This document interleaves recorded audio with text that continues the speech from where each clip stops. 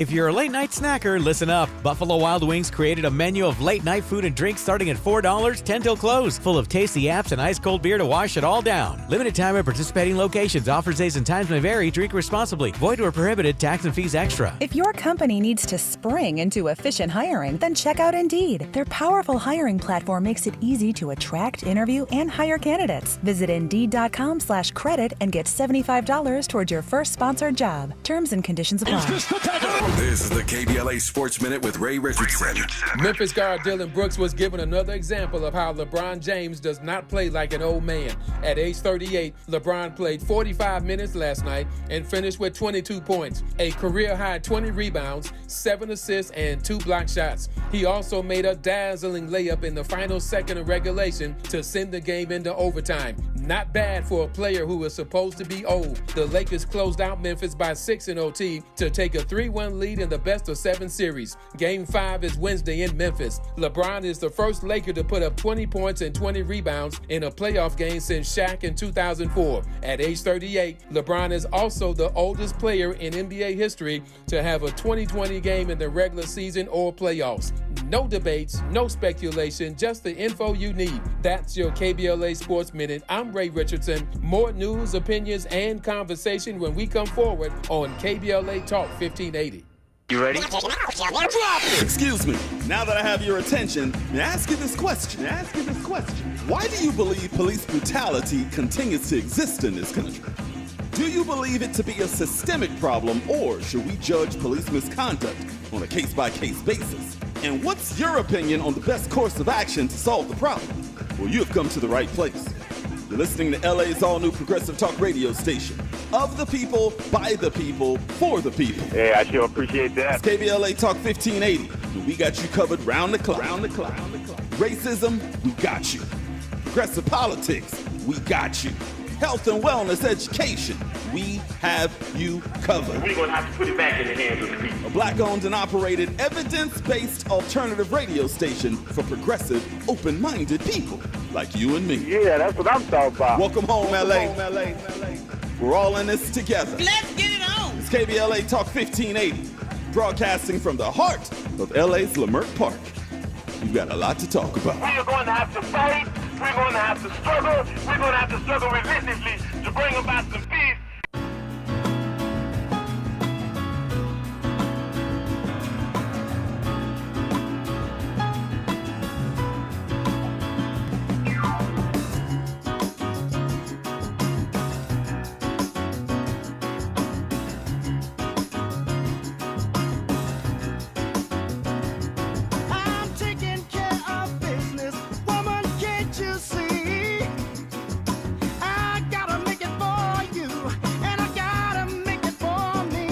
Tavis Smiley. You're listening to KBLA Talk 1580. Our phone number 1-800-920-1580, 1-800-920-1580. We are deeply saddened around here today, given the passing, the transition of the now late great Harry Belafonte at 96 years of age this morning at his home in New York City.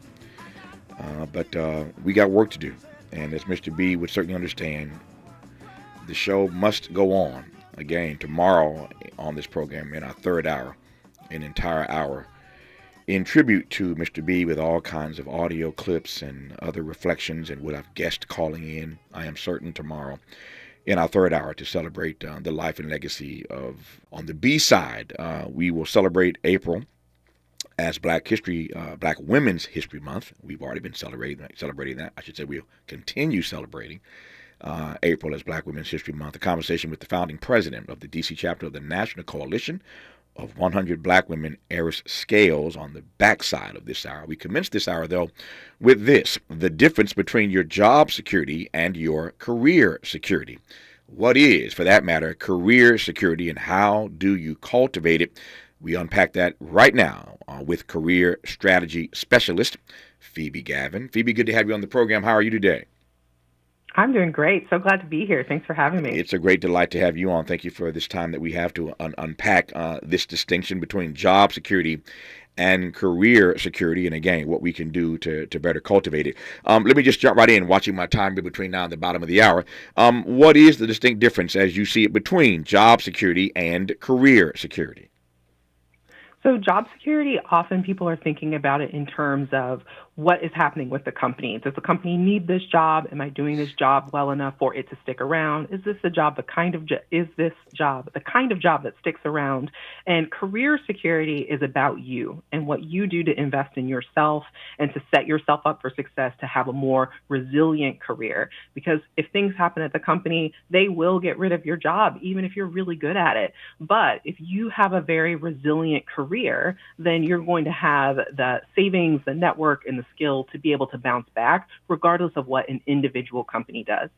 I assume, Phoebe, that we everyday people, we American workforce, have a great deal more to say about the latter than the former. That is to say, we have more to say about career security, more that can be said or done about that than the former, job security. Yes? No?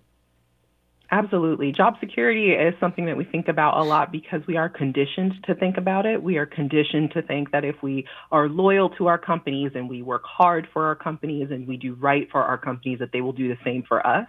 And so we are conditioned to think about job security first. But career security makes more sense to focus on because it's within your control. You can't control whether your company keeps your job or not, but you can control whether you invest in yourself. What do you make of this notion, this feeling that many fellow citizens have, to your point of a moment ago, Phoebe, that we don't live in an America anymore where our jobs really care about us? I would counter the idea that that was ever the case. At the end of the day, we live in a capitalist system, and capitalism exists to make money for shareholders, whoever those shareholders are.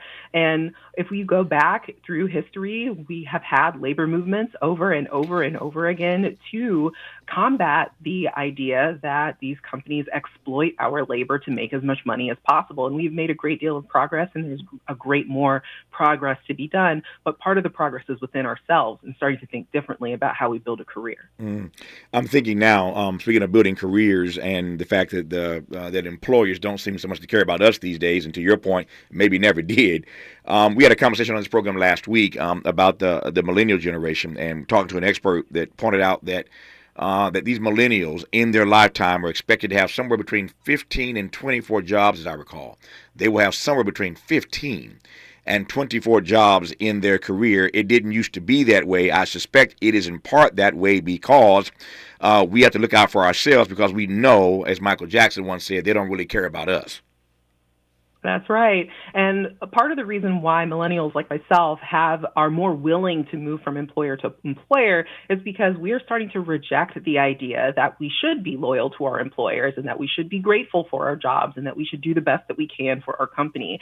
We are rejecting that because we are having more opportunities to connect with each other and realize that that way of designing a career doesn't actually serve us. And we're seeing the generations coming in behind us being even more activated around making sure that their career is in service of them just as much as it is in service of the companies they work for. Unpack that for me. When you say we should be more concerned about careers that are in service of ourselves than in service to them, what does that mean exactly? So a company is going to hire a position because they need to solve a problem that's going to make them money. And they will get rid of that position, or they might get rid of an individual within a position if they don't feel like that problem is being solved. If we switch that around, we can think about a job being something that's meant to solve a problem in our lives.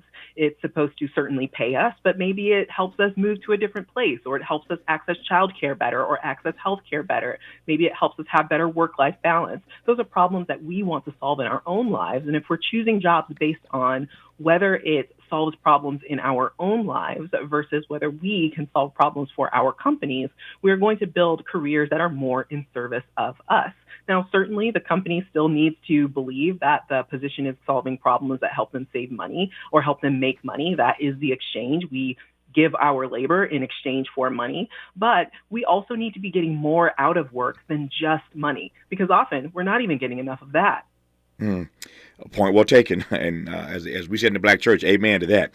When we come forward, our guest in this hour, Phoebe Gavin, we will talk more about career security and specifically what you can do to cultivate it. And I want to also get Phoebe to sound off on the following, and that is the distinction between a job versus finding your calling, your vocation. It seems to me that ultimately searching for a job isn't really what life is about anyway. It ultimately ought to be about, it seems to me, finding your way into your calling, into your vocation. Why were you uniquely placed here on planet Earth? We'll talk about that and a great deal more when we come forward with this strategy expert, Phoebe Gavin, who you're listening to right now on KBLA Talk 1580. We've got a lot to talk about. Good thing we've got 3 hours. More of Tavis Smiley when we come forward.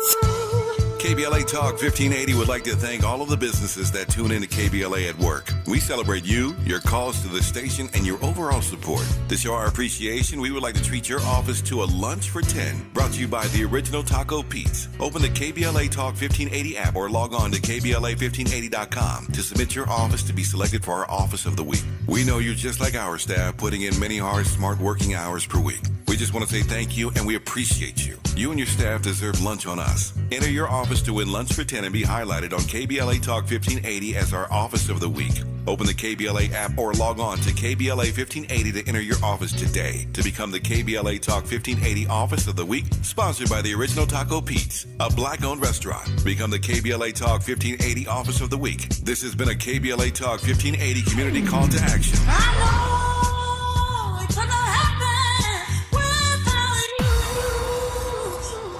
Periods don't care what you're doing, but your pads should. Get Always Triple Protection System in Always Day and Night Pads. Always Day Pads protect when active by wicking away gushes 2 times faster than leading store brands and giving us up to 100% leak-free and odor-free comfort. When we size up our pad at night, we get the same triple protection, plus up to 75% more coverage in the back for when we're laying down. No matter what, Always has you covered, day and night. With one of the best savings rates in America, banking with Capital One is the easiest decision in the history of decisions. Even easier than choosing Slash to be in your band.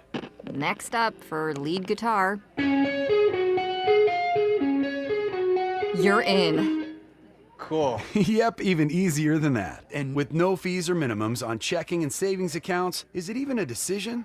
That's banking reimagined. What's in your wallet? Terms apply. See CapitalOne.com/bank for details. Capital One N.A. member FDIC. KBLA Talk 1580 congratulates U.S. Olympic gold medalist and Hall of Famer Jeanette Bolden Pickens, owner of the 27th Street Bakery. 27th Street Bakery sends a huge thank you to the community for all its support during the pandemic, serving the Los Angeles community with their signature sweet potato pie since 1956 and third-generation baker. The goal has never changed. Keep the business thriving for generations to come. Made with the freshest ingredients in each yam peeled by hand. 27th Street Bakery puts the home back in homemade with the signature vanilla added to all its amazing products. Pies, cakes, cobblers, tea cakes, and the newest item, creamy sweet potato cheesecake. Call 323-233-3469. That's 323-233-3469. Have your order shipped by visiting 27thstreetbakery.com or stop by 2700 South Central Avenue, Los Angeles, California, 90001, Tuesdays through Saturdays, 8 to 4.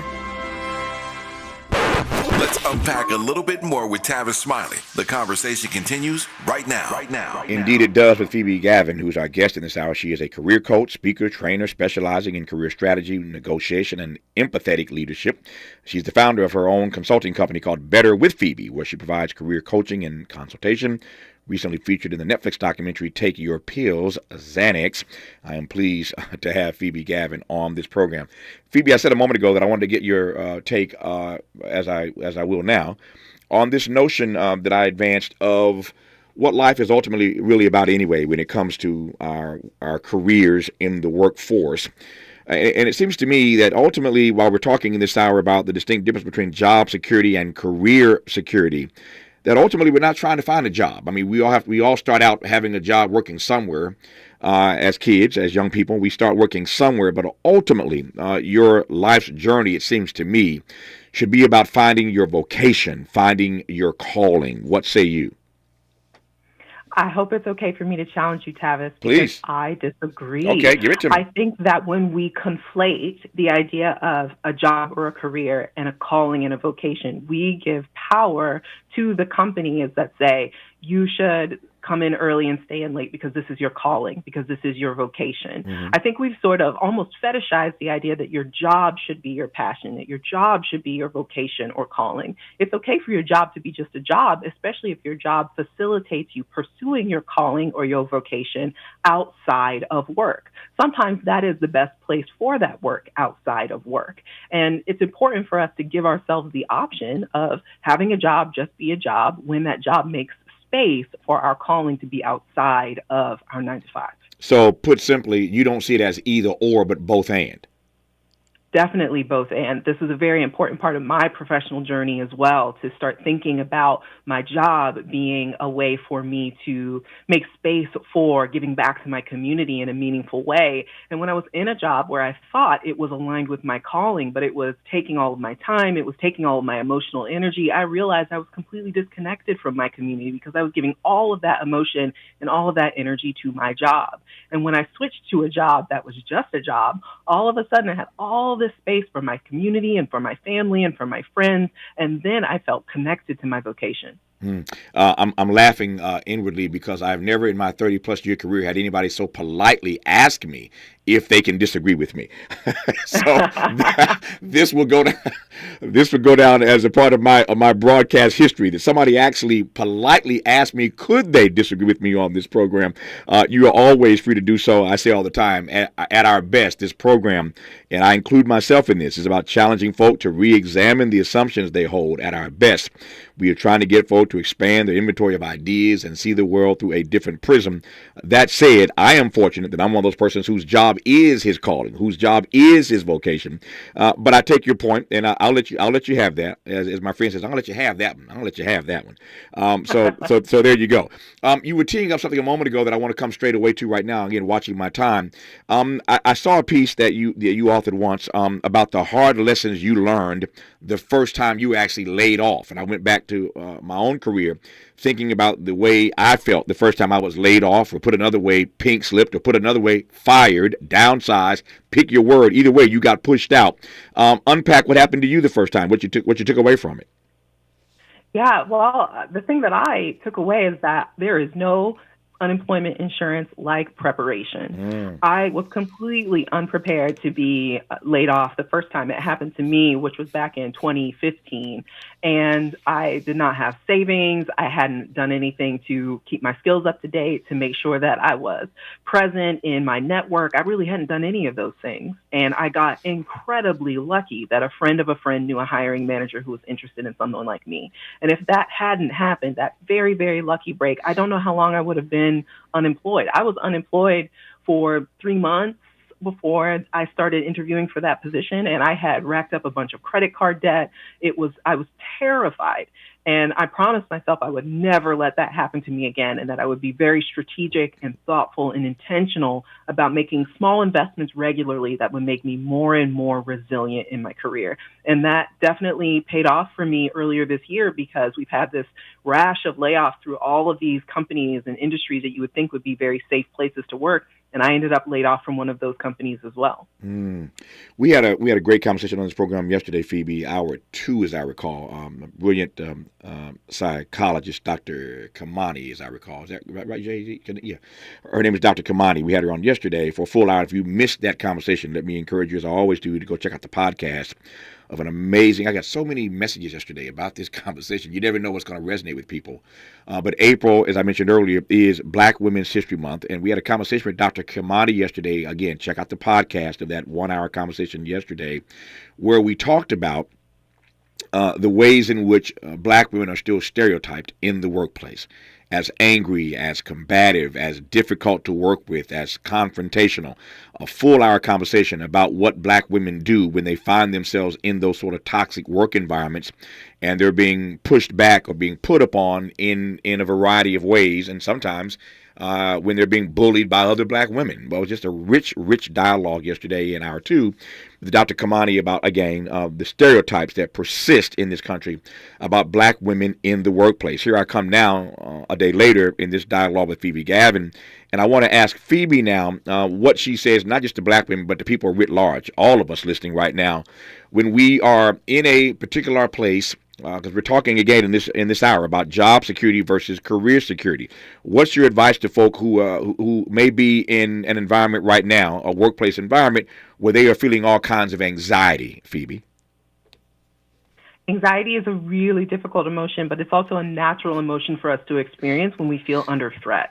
And so if you're noticing that you're feeling anxious consistently, it is time for you to start plotting your next move. Now, your next move could be having a boundary setting conversation with folks who are violating your boundaries, or it could be that your next move could be moving into a different position. But the thing you absolutely must not do is stay quiet, stay in one spot, make yourself smaller, hide from the problem, because the problem is not going to get better from you avoiding it. The problem gets better from you taking action.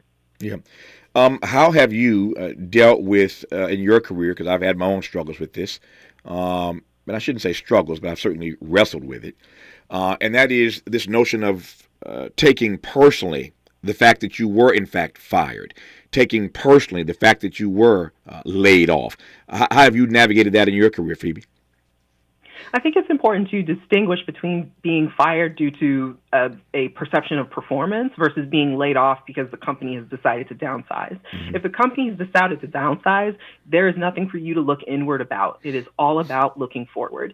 If a company decides that it is no longer sustainable to keep your job around, that has nothing to do with you. You can be amazing at the work that you do and still have a company decide this job, which is not the same as this person, is not something that we need to continue having in the organization. That has nothing to do with you. And so finding a way to disconnect from it being about you, because it really is not, and instead connecting to the fact that that decision is related to capitalism doing its thing is going to be comforting.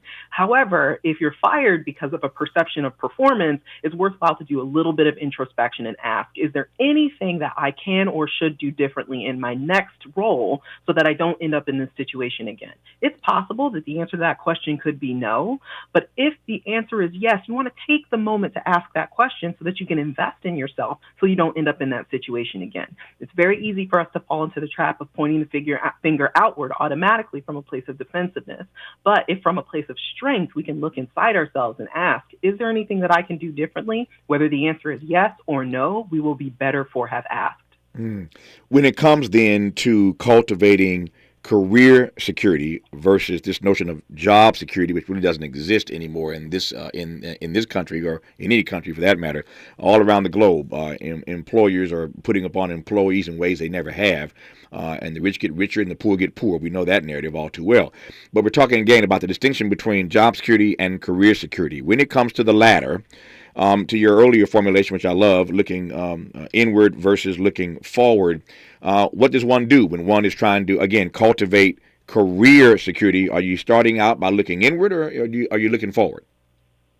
Well, the first place to look is your bank account. The most powerful thing that you can do to have a resilient career is to have savings, because one of the primary way that our employers force us to tolerate things that we don't want to tolerate is because we don't have an alternative. And if you have savings, even if it's a little bit, that gives you a little bit of an alternative. And so unlearning bad money habits, finding ways to increase your earnings over time, finding ways to make it easy and automatic for you to build savings over time means that you are going to be less shackled to your employer because they won't have as much control over your ability to pay your own bills. So that is the absolute first place to look. The next place is going to be your network. The more people you know and the more people know you, the easier it's going to be for you to access opportunities. And then the last place is your skills. Make sure that you are staying on top of what's happening in your industry, developing yourself professionally regularly, because when your network brings those opportunities to your door, you want to be in a position to be able to take advantage of them. And if your skills are stale, then people aren't going to want to hire you, even if you get that introduction, even if you get that referral. So all three of those are really important. So the bank account first step, we all get that. That's pretty straightforward. There's other two issues I want to interrogate right quick: networking and skill setting. On networking, I've been honored over the course of my career because we've been friends friends for many, many decades, to have as a guest on this program George Fraser, who is the networking guru. I love George, and he's given this audience so much great advice in the last couple of years about networking. What say you about how one goes successfully about building, growing, expanding their network? I would. Again, I'm going to push back on you maybe a little bit less politely because maybe my mom is not listening. I would encourage you to not go directly to expanding, because you probably already know a lot of people who would be happy to hear from you, would be happy to help you, who would be not surprised to hear from you. And it's a lot easier, especially if you're feeling that anxiety around networking, to build deeper relationships with people you already know versus reaching out to new connections where it may feel a bit scarier, or you might have to do more work, play more of the numbers game to get those connections. And so reconnect with people you haven't spoken to in a while. Don't get in your head about it. Just say, hey, how are you doing? How are things going for you? It's been a while. What are you working on? That's a really great way to start a conversation that could turn into an opportunity. But of course, there does come to a point where you have exhausted the network that you already have, and it's time for you to build toward making that network bigger. And I would encourage you to start with professional associations. Those are a really great place to build your skills, but also to meet new people. And you're also meeting in a context where it makes sense for you to talk to each other. And so it's not going to feel so much like a cold call. And then lastly, there are all sorts of informal online communities on social media where you can connect with other people who are similar to you, who are doing similar work. And that can be another really easy way to connect with people. We got 2 minutes left in this conversation. Phoebe, you push back one more time, you ain't coming back on this program. You push back one more time, you ain't getting invited back. Just teasing. So here, whether your mama's listening or not, I still said it. Thirdly, and finally here, on the issue of skills, what is your best advice about how one goes about making sure they stay on top of their expanding, keeping sharp their skills? I take your point on this because so many of us get into a place of work and we fall into a rut, we fall into a pattern, we fall into a process, and we're not so often engaged in expanding, sharpening our skill set. Les Brown taught a master class on this station in February. Every day for the entire month of February, Les was teaching a master class, and he often made the point, Phoebe, about how little we spend, of all the things we spend money on, we spend so little on self-improvement, on self-awareness, on self-advancement. So what say you then about how to keep your skills sharp? Well, definitely start with your company. If your company has professional development programs, ask your manager and ask HR. Your manager's job is not to know what professional development is. That is your HR's job, so ask both. If nothing is available, or if you don't like what's available, take the initiative to develop yourself. Don't wait for your company to develop you. And it is absolutely worth it to spend money to invest in yourself, because if that $100 or $500 or $250 or $50 that you spend on professional development is the difference between you getting a raise or getting a new job or getting a promotion, then it will more than pay for itself. And so don't think about it in terms of price. Think about it in terms of what is the return I can get on this investment, because that is how your company is thinking about you. Phoebe, I'm pushing back on you. Tavis Gavin has been our guest in this hour. She politely. Yeah, no, I'm just teasing you. She is a career coach, a speaker, a trainer, specializing, as you can hear, in career strategy, negotiation, and empathetic leadership. Let me ask you right quick. I got 30 seconds. I think I know what you mean by it. I use a term similar. What do you mean by empathetic leadership? We are humans working with other humans. And for some reason, when we go into offices and we go into our jobs, all of a sudden we stop treating each other like humans. But leaders can make the decision to treat their people like humans, and that is empathetic leadership. She is the founder of Better with Phoebe, her own consulting company. Phoebe Gavin, appreciate your work and witness. Good to have you on the program. Great advice, and thank you for it. Thank you. All the best to you. More of Tavis Smiley after news, traffic, and sports. You're listening, and we're glad about it, to KBLA Talk 1580. We may be LA's newest talk station, but when you're punching above your weight, it's not about whether you can throw a punch. Can you take a punch? We're unapologetically progressive. KBLA Talk 1580. K-O! And we don't black down. I'm Mike Moore. Here's the latest from the Black Information Network. Haitian residents are lynching and setting fire to suspected gang members. Meanwhile, a United Nations report says insecurity in the Caribbean country's capital is at levels comparable to countries in armed conflict. Police said at least 10 suspected members were lynched and burned in Port-au-Prince. The Senate will vote on the Equal Rights Amendment this week. Senate Majority Leader Chuck Schumer said the ERA and its protections are more critical than ever following the Supreme Court's decision to overturn Roe v. Wade and efforts to limit access to the abortion pill mifepristone. The ERA guarantees equal rights under the law regardless of sex. It was passed by Congress in 1972 but failed to be ratified by the necessary number of states under a set deadline. And that's the latest. I'm Mike Moore from your 24/7 news source, the Black Information Network and BINnews.com. Seen a couple of times for our 710 Southgate. They had a stalled vehicle earlier northbound 710 at Imperial Highway. That is out of our way, but now on the 710 South at the 91 have a crash onto the right side. You're going to be busy here from at least Rosecrans. Paramount on the 91 West at Downey. Looks like a collision onto the right shoulder. You're tapping the brakes from Artesia Bloomfield. Still seeing this trouble from earlier through Burbank West, 134 at Hollywood Way, Alameda. Crash with the right lane blocked in the busy drive from Buena Vista Riverside.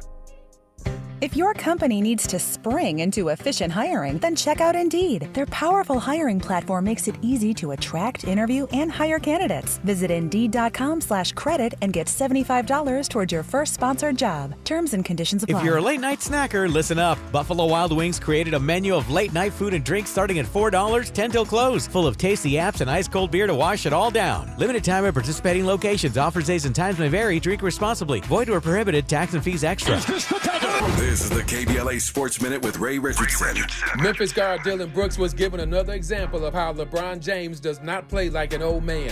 At age 38, LeBron played 45 minutes last night and finished with 22 points, a career-high 20 rebounds, 7 assists, and 2 block shots. He also made a dazzling layup in the final second of regulation to send the game into overtime. Not bad for a player who is supposed to be old. The Lakers closed out Memphis by 6 in OT to take a 3-1 lead in the best-of-7 series. Game 5 is Wednesday in Memphis. LeBron is the first Laker to put up 20 points and 20 rebounds in a playoff game since Shaq in 2004. At age 38, LeBron is also the oldest player in NBA history to have a 20-20 game in the regular season or playoffs. No debates, no speculation, just the info you need. That's your KBLA Sports Minute. I'm Ray Richardson. More news, opinions, and conversation when we come forward on KBLA Talk 1580. Tell me you're the boy that girl.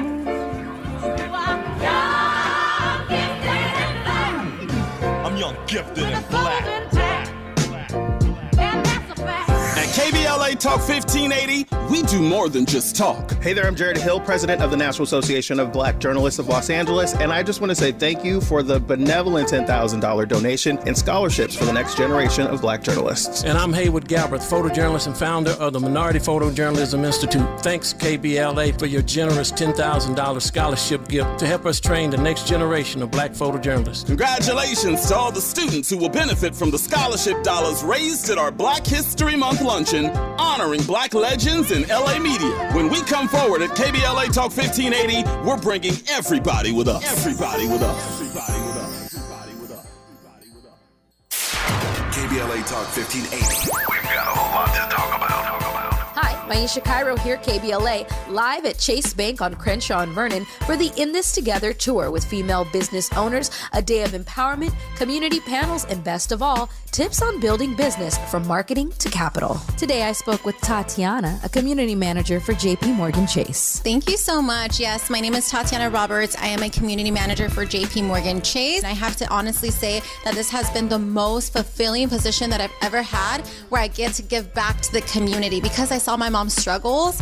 That's really what fuels what I do to make sure that the community has all the access to the resources that my mother didn't have. So for the mother who's in business, what are 3 quick tips you can give to ensure that they're on the right path to accessing financial support from a bank like Chase? Say number 1, just make sure that you're checking your credit on a consistent basis and taking action to either fix your credit, maintain your credit, or rebuild your credit. The second thing would be budget. I know that B word is kind of like ugly for, right? A lot of people don't like that B word, but it has to be done. We need to tell our money where to go. Lasting is to build a network of supporters that are going to lift you up. The community building here in Crenshaw is that network. So visit the Chase Community Center on Crenshaw and Vernon. Meet a banker today. Tell them about your business. I'm Maisha Cairo in the community for KBLA with JP Morgan Chase. We're not for everybody, but we're for everybody. You're listening to KBLA Talk 1580.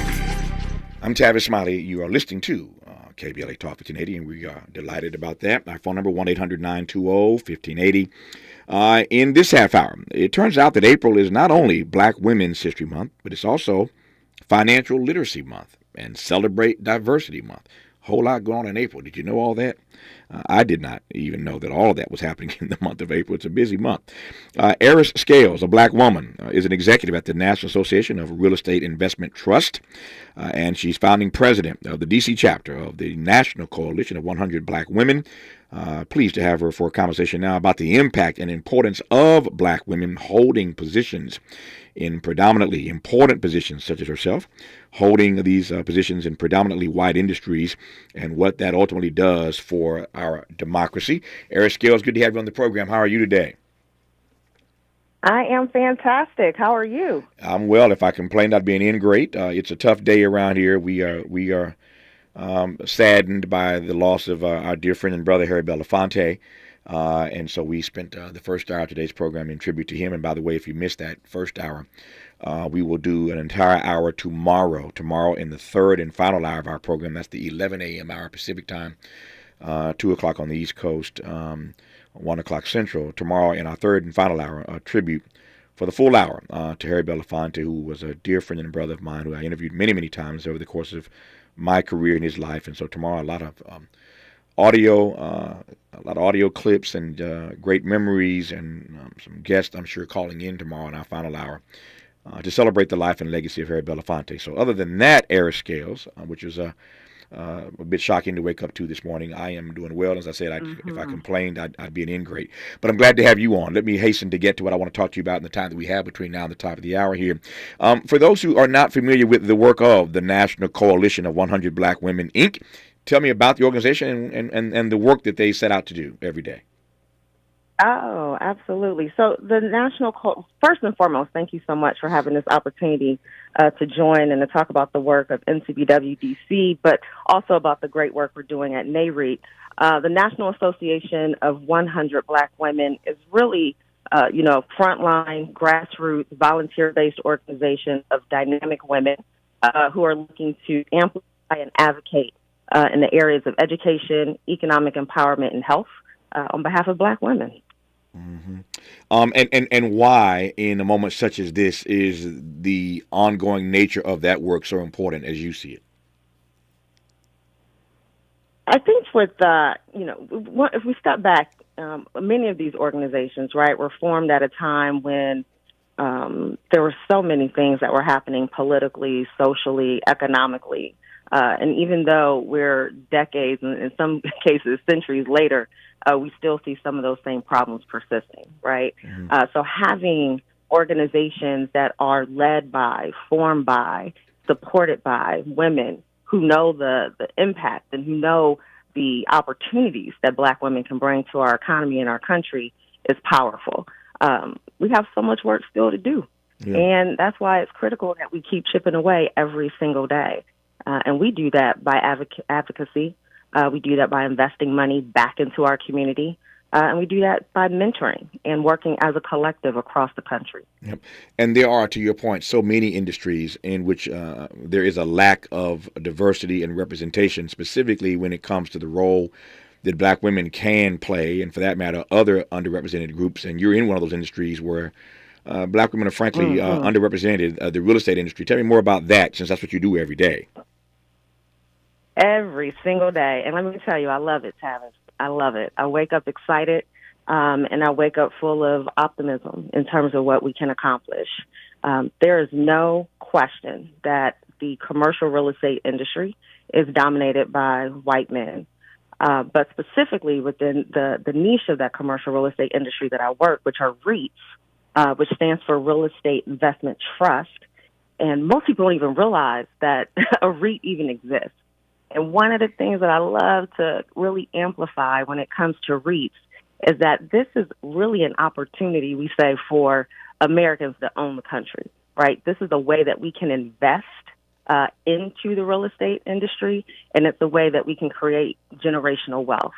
So when I think about why I'm in this role, what keeps me going in this role, it is really so that more Black people, more marginalized and underrepresented people understand the power and the opportunities of commercial real estate. And we now have a time where we have leaders within this industry who are understanding and recognizing their responsibility, right, their role in helping us to close some of these gaps by way of equity and inclusion in this space. And so I'm looking to create a pipeline of talent, looking to create a pipeline of suppliers, looking to create a pipeline of board members to serve on these REIT boards in commercial real estate. And it's not now, then when. We have great momentum that's happening, and I want to talk a little bit more about that. When you say serve on these REIT boards, let's talk a bit more about that right now. Again, to your point about serving, finding more people who look like you and me to serve on these REIT boards, tell me more right quick. Well, you know, what, again, people don't realize is that with REITs, they are publicly traded companies. Not all of them, but the ones that we represent for the most part are publicly traded companies. So that means they are on the stock exchange. Mm-hmm. And when you have a company that is traded on the stock exchange, or you have a company that has shareholders, there's certain expectations that come with that now, right? We are evolving as a country where we want to see diverse representation. We want to know how businesses are spending their money with businesses. We want to know how they're treating their employees. And so one of the areas that we've been leaning in on is making sure that our members, that the REIT industry, the commercial real estate industry, also has access to amazing talent and leaders that can be great voices and advocates on their board of directors. So governance is a critical piece, right, in terms of how our businesses function, how they are making profit, how they make decisions, where they're investing resources, which projects and opportunities to pursue. And so having our voice at those tables, making sure that we have people prepared to be in those roles, but just as importantly, that our members know where they can find that talent is super critical.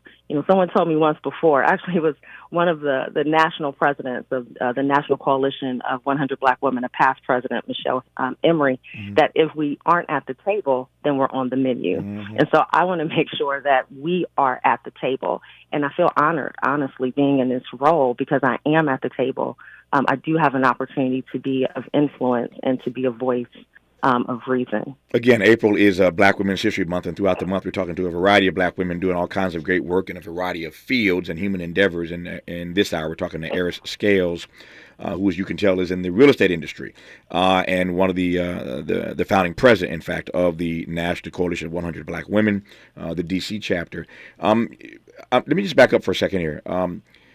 To the extent that Black people have any relationship with real estate, that is to say, owned real estate. To the extent we have any relationship with real estate, it tends to be, as you well know, a residential relationship, not a commercial relationship. I don't want to color this question too much, but what are the distinct differences between our relationship as Black people writ large with residential real estate versus commercial real estate? Excellent question. And that's one of the reasons why I'm excited about this role. I will be very honest, right? I bought my first property at about 22 years old, and it was because I was told that's what I should do. I didn't necessarily know what I was getting into, right? If you want to make money, you want to accumulate wealth, we saw that other people bought property, that's what we should do. And I think for those of us who even have these conversations or even begin to get into real estate, that's usually where we start, right? We're not having the conversations around commercial real estate, of which even with the REITs, there's 13 different sectors that fall under that, like data centers, timber, retail, housing. So there's all these different sectors that we don't even know about. So the more that we can be educated and exposed the more that we can understand how to read a pro forma, how to go about making investments and understanding what our returns on those investments look like and what risks are, the better we are prepared to be able to venture out from what we just know as a baseline. And that's why the work that we're doing is so important. We have amazing partners like Project Destin, the Real Estate Executive Council, who are all working to help us with kind of that exposure and that pipeline development. You know, we're hosting ongoing educational series and webinars. We have a conference that's coming up, and I'll share more about that. But it's that exposure piece that is critical that we don't typically have those conversations, and we're not typically exposed to those careers, so we don't even know what that looks like or what that means. April, once again, is Black Women's History Month, and when we come forward with our guest in this hour, Eris Scales, I want to ask her about her thoughts on the symbolism, as it were, of real estate ownership, which we were just discussing, the symbolism of real estate ownership and how it intersects with the experiences of Black women as both property owners and historically disenfranchised communities. We'll get to that and a bit more when we come forward with Eris Scales, who you're listening to right now on KBLA Talk 1580. Be sure to like and follow Tavis Smiley at The Real Tavis Smiley and get Twitter updates at Tavis Smiley. The conversation continues when we come forward.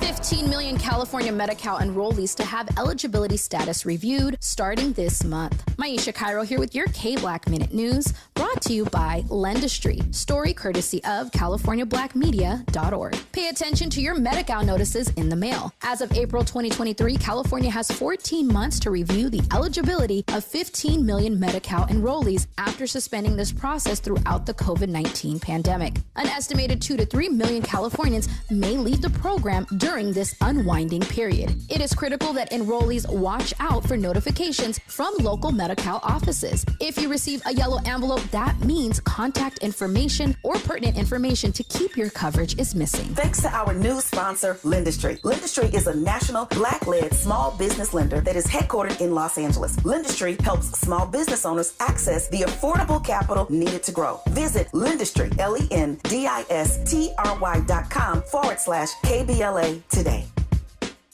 The FAA will be hiring air traffic controllers soon. Applications open June 24th through June 27th. If you know someone between the ages of 18 and 30 who might be interested, please tell them to go to www.faa.gov/BE-ATC to apply today. The salary range is $103,000 to $164,000. There's also paid training and school. Again, that's www.faa.gov/BE-ATC. Again, that's www.faa.gov/BE-ATC to apply to be an air traffic controller. This community call to action is brought to you by the Organization of Black Aerospace Professionals and KBLA Talk 1580. Are you between 18 and 26 years old and trying to find out how you're supposed to make all this work? If you've said, I need a job and some transportation, rent, it's so high. Food too. There's childcare and I need to go back to school. I need to transform my life. Well, help is on the way. Transform Your Life Day is coming Saturday, April 29th at San Manuel Stadium. It's a shopping mall of free community services where you can talk with programs and even enroll right on the spot. It's free help for young adults to get you started on meaningful careers, finish up your diploma or your college degree. There's help with finding housing, transportation, food, and childcare. Plus, you get a free ticket to the 66ers game, free parking along with prizes. Get there early for free food. Reserve your free space today at ccc.ca.gov. That's ccc.ca.gov. ccc.ca.gov. Mom's early Alzheimer's diagnosis was hard to take. And when I left the oven on, we decided together that it was time to see a doctor and make a plan. Early detection gave us more time to seek out information and support as a family.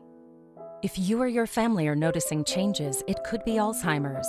Talk about seeing a doctor together. For more information, visit alz.org/time to talk. A message from the Alzheimer's Association and the Ad Council.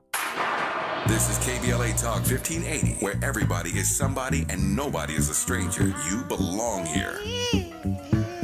You do indeed belong here. We're glad to have you here. You're listening to KBLA Talk 1580. Our phone number 1-800-920-1580. I'm Tavis Smiley. She is Eris Scales, and she's an executive, a black woman, powerful executive at the National Association of Real Estate Investment Trust. They call it NAREIT.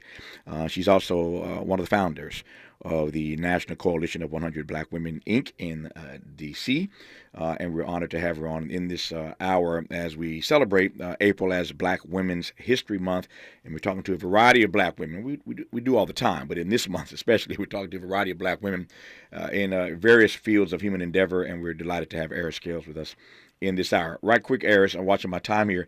I mentioned that I wanted to get your take on the symbolism of real estate ownership and how it intersects with the experiences of black women specifically as both property owners and historically disenfranchised communities.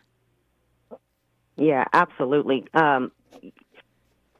This is, I think, one of the, it's tough. That's why I'm kind of stumbling for where it is really tough, you know. Black women traditionally across the country are owning homes at a lower percentage and lower rate than black men even, than our white peers. And again, this is something that we've been told is our pathway to helping to create generational wealth, to helping to create additional income as we look towards retirement. Mm-hmm. And so as we see the escalating prices with the interest rate, as we see the housing costs continue to rise, we continue to see black women being pushed out from these home ownership opportunities, unequivocally. When I think about the industry that I'm in terms of REITs and what REITs offer, the more that we know and the more that we're exposed, the more that we can start to consider what are ways that we can acquire and own real estate here in this country. And maybe it looks differently now than what we thought it traditionally looked like. Mm-hmm. So the more that we can educate and inform, for me, black women on how to make wise investment decisions, and REITs have outperformed by way of investments against other stocks and other types of investments year over year, even in these kind of economic downturns. So the more that we can educate and inform them and expose them to ways to invest their hard-earned money into other opportunities to acquire and own real estate, build up equity, and then continue to pursue opportunities when the market stabilizes or maybe when the interest rates drop. But home ownership and real estate ownership, unequivocally, we know is a clear path with the right circumstance, with the right financing, and the right opportunities to really create wealth for our people. And that is what makes me so excited about being here, is that there's just an enormous amount of opportunity there. To that point about an enormous amount of opportunity, when we come forward in our remaining moments with Eris Scales, I want to challenge this notion of opportunities with the following. We all have seen these stories time and time again, far too often, where a black family tries to sell black family tries to sell their home, and they get quoted one price for it. Then they de-black the house, put some white folk out front, and then the value goes up double, triple, right? I'm wondering when we come forward right here, or whether or not there are the same kinds of barriers to black folk getting in or selling in the commercial real estate space. We'll get an answer to that and a few more things before we wrap our conversation in a moment with Eris Scales. Say the quiet part out loud. KBLA Talk 1580. Hey, Dad, how do airplanes fly? What's in this box? Is this tree good for climbing? How are babies made? What does this thing do?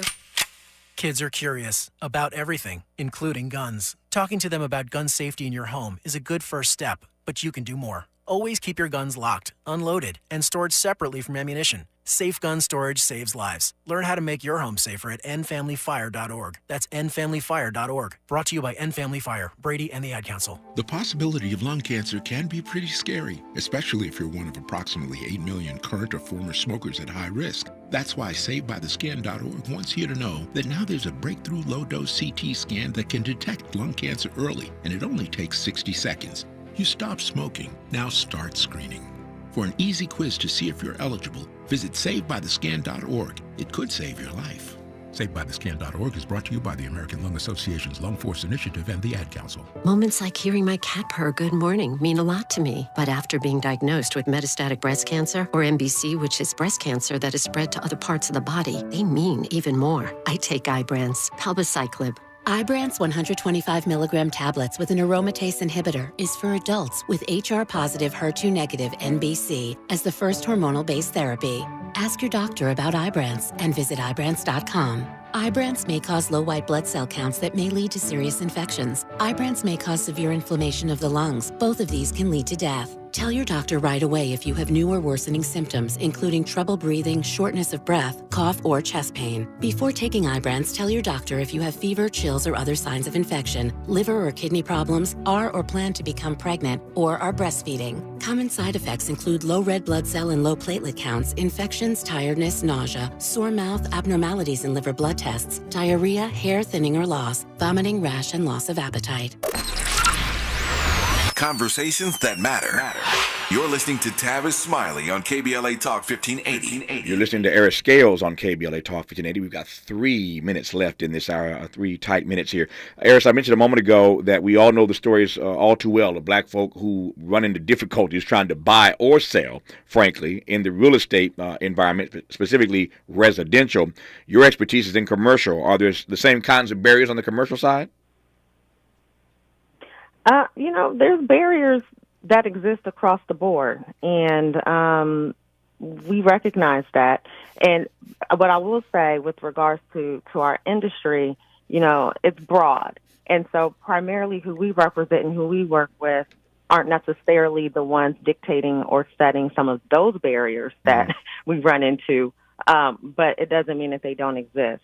And so, I'm always encouraging Black families, individuals who own commercial property, who own residential property, who own any kind of property, this is the long-term game, right? So you got to hold on to that property. Now, there are situations where you may be forced. We have seen definitely situations. I live in D.C. again, so in the DMV. Now, won't get into it, but there's some states and some counties where your homes appreciate. There's others that not necessarily so, right? You run into more challenges when you acquire.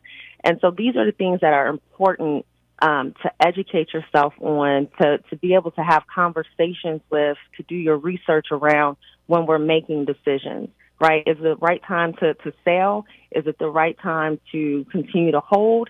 Is it the right time to maybe think about what kind of tenant that we'll have in place? And particularly now, as we're seeing like office space having a challenging time, we have a lot of, in the industry, but even more broadly, who are trying to decide and understand what to do with that property.